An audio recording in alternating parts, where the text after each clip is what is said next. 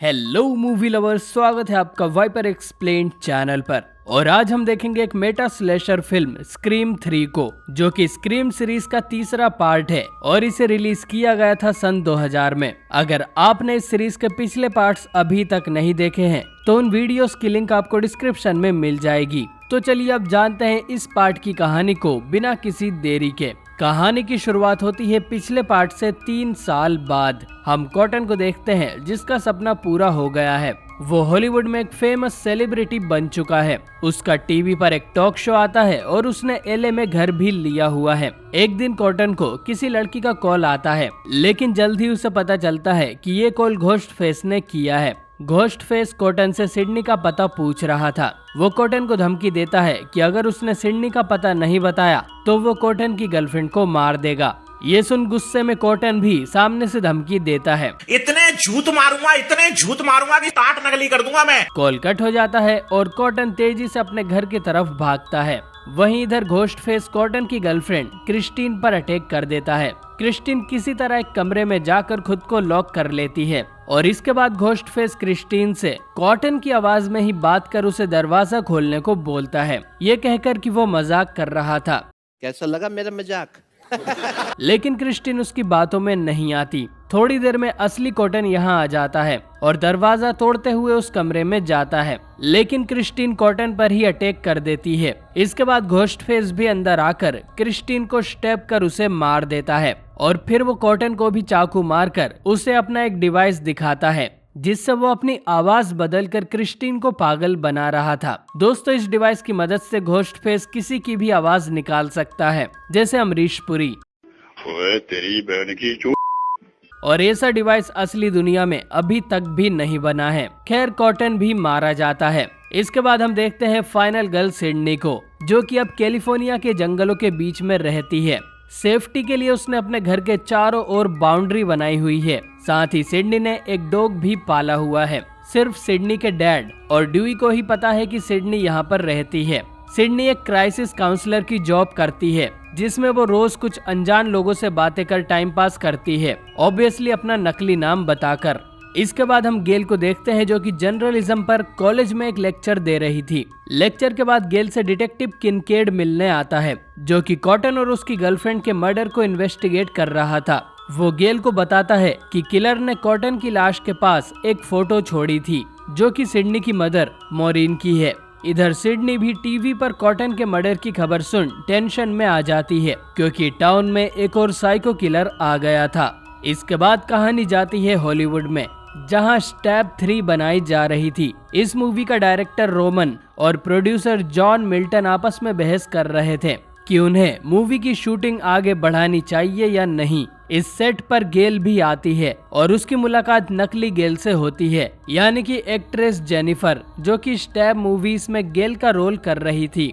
और पता नहीं गेल ने अपने नाई से क्या दुश्मनी कर ली थी, जो उसने ऐसी दिखने वाली गेल को ऐसा बना दिया। इससे अच्छी तो नकली गेल लग रही है। खैर, गेल की तरह सेट पर नकली डुई मतलब टॉम, नकली सिडनी यानी कि एंजेलिना और 2 साइड कैरेक्टर्स टाइसन और सारा भी थे। गेल को पहला झटका ये देखकर लगता है कि डुई भी शूटिंग का एक हिस्सा है और यहाँ टेक्निकल एडवाइजर है। हमें ये भी पता चलता है कि डुई और गेल के बीच फिर से झगड़ा हो गया है और इसीलिए डुई अब नकली गेल यानी कि जेनिफर को डेट कर रहा था। ये ढूंढी आपने मेरी जगह, रिबॉक नहीं तो रिबूक ही सही।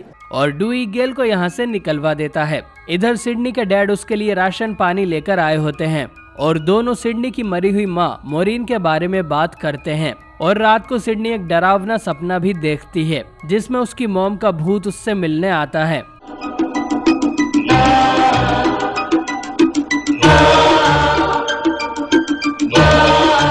अगले दिन सारा अपनी लाइंस के रिहर्सल करने डायरेक्टर रोमन के ऑफिस में जाती है, लेकिन वो वहाँ नहीं था। कुछ देर में रोमन सारा को कॉल करता है और थोड़ी देर के बाद सारा को पता चलता है कि ये कॉल रोमन ने नहीं बल्कि घोस्ट फेस ने किया है, जो कि उसे जान से मारने की धमकी देता है। सारा डरते हुए कॉस्ट्यूम रूम में जाकर छुप जाती है, जहां घोस्ट फेस की कई सारी कॉस्ट्यूम लटकी हुई थी और असली घोस्ट फेस भी। वो बाहर निकलकर सारा पर अटैक करता है। सारा खुद की जान बचाने की कोशिश करती है, लेकिन यहाँ रखे सारे हथियार प्रॉप्स यानी कि नकली थे। घोस्ट फेस सारा के मुंह पर मुक्का मार के उसकी पीठ में स्टैब कर देता है और सारा की भी मौत हो जाती है। ड्यूई और गेल को जेनिफर से पता चलता है कि सारा भी मारी गई और जेनिफर को डर है कि अब उसका नंबर है। वहीं असली गेल को ये देख और ज्यादा जलन होती है कि ड्यूई जेनिफर के घर के ठीक सामने रहता है। इधर स्टेप 3 के डायरेक्टर रोमन को पता चलता है कि इन मर्डर्स के कारण मूवी की शूटिंग को बंद कर दिया गया है। साथ ही पुलिस रोमन को पूछताछ करने के लिए भी ले जाती है क्योंकि सारा के मरने से पहले उसे रोमन ने कॉल किया था, जबकि हम जानते हैं कि घोस्टफेस ने रोमन की आवाज निकाली थी अपने डिवाइस से। उसी रात को स्टेप 3 के बचे हुए एक्टर्स जेनिफर के घर इकट्ठा होते हैं, जहां नकली ड्यूई फिल्म के बंद होने से कुछ ज्यादा ही गुस्सा था और मूवी की स्क्रिप्ट फाड़ रहा था। बाकी लोग डरे हुए थे क्योंकि अगला नंबर उनमें से किसी का भी हो सकता है। जेनिफर ड्यूई को अपने कुछ फोटोज दिखाती है जो उसने स्टूडियो के बाहर लिए थे और गेल चुपके से इन दोनों को देख रही थी, लेकिन जेनिफर का बॉडीगार्ड स्टीवन गेल को पकड़ लेता है और अंदर ले जाता है। गेल ड्यूई को बताती है कि सारा की बॉडी के पास भी सिडनी की मदर का फोटो मिला है। यह फोटो तब का है जब मोरिन 18-19 साल की रही होगी और कोई नहीं जानता कि शादी से पहले मोरिन की लाइफ कैसी थी। तभी ड्यूई नोटिस करता है कि जेनिफर ने भी अपनी एक फोटो उसी जगह ली है जहां पर मोरिन का फोटो खींचा गया था और ये वही स्टूडियो है जिसमें स्टेप 3 की शूटिंग चल रही थी, जिसका मतलब है कि मोरिन जब 19 साल की थी तब वो भी हॉलीवुड में आई थी, लेकिन इसके बारे में उसकी बेटी सिडनी या किसी को भी कोई जानकारी नहीं थी। इधर बॉडीगार्ड स्टीवन ड्यूई के ट्रेलर में छानबीन करने जाता है और उसी समय उसे ड्यूई का ही कॉल आता है जो कि एक बार फिर घोस्टफेस ने किया था और वो पीछे से आकर स्टीवन को स्टैब कर देता है। स्टीवन किसी तरह बाकी लोगों के सामने आकर मर जाता है। ये देखकर सभी लोग बुरी तरह से डर जाते हैं और पैनिक कर घर के अंदर बाहर होने लगते हैं। जुर्म बना के चलो, मुझे कोई शर्म नहीं है बताने में कि मैं डरा हुआ हूँ। जुर्म बना के साथ ही घोस्टफेस इन्हें फैक्स भी भेज रहा था जिसमें वो अभी हो रहे इवेंट्स को इन्हें बता रहा था। अब नकली ड्यूई ये जानने के लिए वापस घर के अंदर जाता है कि अगला मर्डर किसका होगा। घर की लाइट चली गई थी तो वो पेज को पढ़ने के लिए अपना लाइटर जलाता है जिससे घर में एक बड़ा धमाका होता है क्योंकि घोस्टफेस ने पूरे घर में गैस लीक कर दी थी और बाकी सब इससे बचने के लिए हिल से नीचे कूद जाते हैं। नीचे घोस्टफेस गेल को भी मारने वाला था, लेकिन ड्यूई घोस्टफेस को 3-4 बार शूट कर देता है और वो कार के नीचे छुप जाता है। ड्यूई जब तक नीचे आता है तब तक घोस्टफेस गायब हो गया था और उसे वहाँ मोरिन का एक और फोटो मिलता है जिसके पीछे लिखा हुआ था कि मैंने उसे मारा था। अब पार्ट 1 में हमें पता चला था कि बिली और स्टू ने मोरिन को मारा है, लेकिन ये नया किलर कोई और कहानी बनाने में लगा है। अब किनकेट ड्यूई पर दबाव डालता है कि वो सिडनी को कॉल कर यहाँ बुलाए क्योंकि उसके बिना अब ये केस सॉल्व नहीं हो सकता और उसकी जान को भी खतरा है। वहीं इधर सिडनी को भी घोस्टफेस का कॉल आ ही जाता है तो वो भी अपने सेफ हाउस से निकलकर खुद ही पुलिस स्टेशन में आ जाती है जहां वो ड्यूई और गेल से मिलती है। इसके बाद ये तीनों उसी स्टूडियो में जाते हैं जिसके बाहर मोरिन ने फोटो खिंचवाई थी। यहाँ पर इनकी मुलाकात मार्था से होती है जो कि रैंडी की बहन है। मार्था इन्हें बताती है कि रैंडी ने मरने से पहले इन सब के लिए एक वीडियो टेप छोड़ी थी। ये सभी उस टेप को प्ले करते हैं जिसमें रैंडी इन्हें ट्रायोलॉजी यानी कि तीसरे पार्ट के रूल्स बताता है, जैसे कि थर्ड पार्ट में पास्ट में हुए इवेंट्स या बैक स्टोरी के साथ छेड़छाड़ की जाती है और इस पार्ट में किलर सुपर ह्यूमन होगा और उसे बस गोली मारने या स्टैब करने से कुछ नहीं होगा।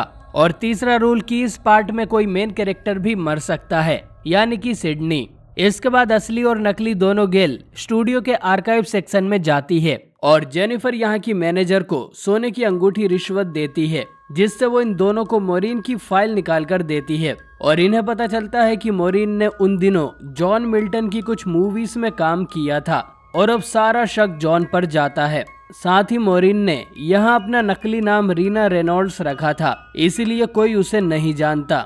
वहीं इधर सिडनी जब बाथरूम में होती है तो वहाँ उसे नकली सिडनी मतलब एंजेलिना मिलती है, वो भी घोस्टफेस की कॉस्ट्यूम के साथ। वो बहाना बनाती है कि मूवी की यादों के लिए वो इस कॉस्ट्यूम को अपने घर ले जा रही है। इसके बाद सिडनी स्टेप 3 के सेट पर जाती है जहां उसके घर की हूबहू नकल बनाई हुई थी, जिन्हें देखकर सिडनी को पुरानी बातें याद आने लगती है और तभी घोस्टफेस उस पर अटैक कर देता है। सिडनी फिर से अपने घर के अंदर भागती है और घोस्टफेस को गमला और टेबल फेंककर मारती है। और आखिर में विंडो से नीचे कूद जाती है। उसकी चीखें सुन बाकी लोग यहाँ आ गए थे और घोस्टफेस एक बार फिर से गायब हो जाता है और किनकेड सिडनी की सेफ्टी के लिए उसे अपने साथ पुलिस स्टेशन ले जाता है। इसके बाद डुई दोनों गेल के साथ जॉन मिल्टन के ऑफिस जाता है, जहां रोमन मूवी की शूटिंग बंद होने के लिए गुस्सा हो रहा था और साथ ही आज उसका बर्थडे भी है। जॉन एडमिट करता है कि वो मोरिन को जानता था और मूवीज में रोल देने के लिए कुछ लोगों ने उसका गलत फायदा भी उठाया था।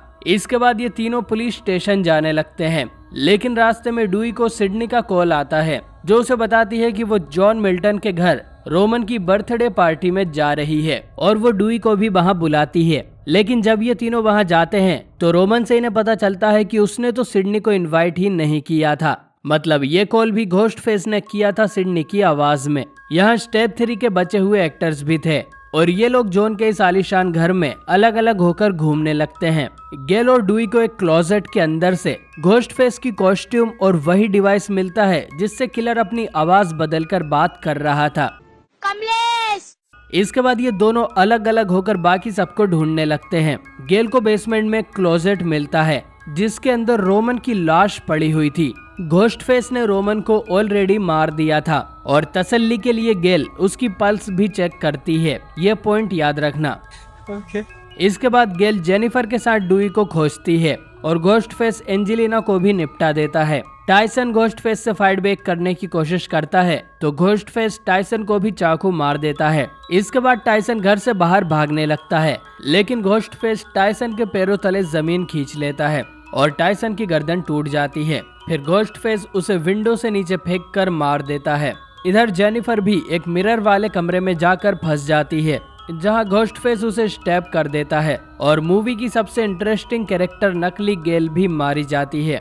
इसके बाद घोस्टफेस गेल को पकड़ता है और दोनों सीढ़ियों से नीचे जा गिरते हैं। साथ ही वो डुई को भी एक चाकू मार के बेहोश कर देता है, लेकिन घोस्टफेस इन दोनों को जान से नहीं मारता। इसके बाद घोस्टफेस सिडनी को कॉल करता है जो कि पुलिस स्टेशन में बैठी हुई थी और उसे जॉन के घर अकेले आने को बोलता है, नहीं तो वो डुई और गेल को मार देगा। सिडनी ड्रॉअर से एक गन निकालती है और जॉन के घर पहुंच जाती है, लेकिन अंदर जाने से पहले ही घोस्टफेस उसकी गन को पूल में फेंकवा देता है। अंदर जाने के बाद घोस्टफेस सिडनी पर अटैक करता है, लेकिन सिडनी अपने साथ एक दूसरी गन भी छुपा कर लाई थी जिससे वो घोस्टफेस को 5 बार गोली मारती है और उसे लगता है कि घोस्टफेस मारा गया। लेकिन जैसे ही वो डुई और गेल की रस्सियां खोलती है, घोस्टफेस की बॉडी फिर से गायब हो गई थी और तभी उसी तरफ से किनकेड यहाँ आता है जिस पर सिडनी को शक था, लेकिन वो भी असली घोस्टफेस का शिकार हो जाता है। घोस्टफेस से बचते हुए सिडनी एक सीक्रेट रूम में जाती है जिसके अंदर मोरिन की पुरानी वीडियो फुटेज चल रही थी जिसमें मोरिन कॉटन और बिली के फादर के साथ दिखाई दे रही थी। घोस्टफेस यहाँ आकर बताता है कि उसने बुलेट प्रूफ जैकेट पहनी हुई थी और इसीलिए इतनी बार गोली खाने के बाद भी उसे कुछ नहीं हुआ। और फिर घोस्टफेस फाइनली अपना फेस रिवील करता है और इस पार्ट का घोस्टफेस है रोमन, और रोमन असल में सिडनी का बड़ा सौतेला भाई है।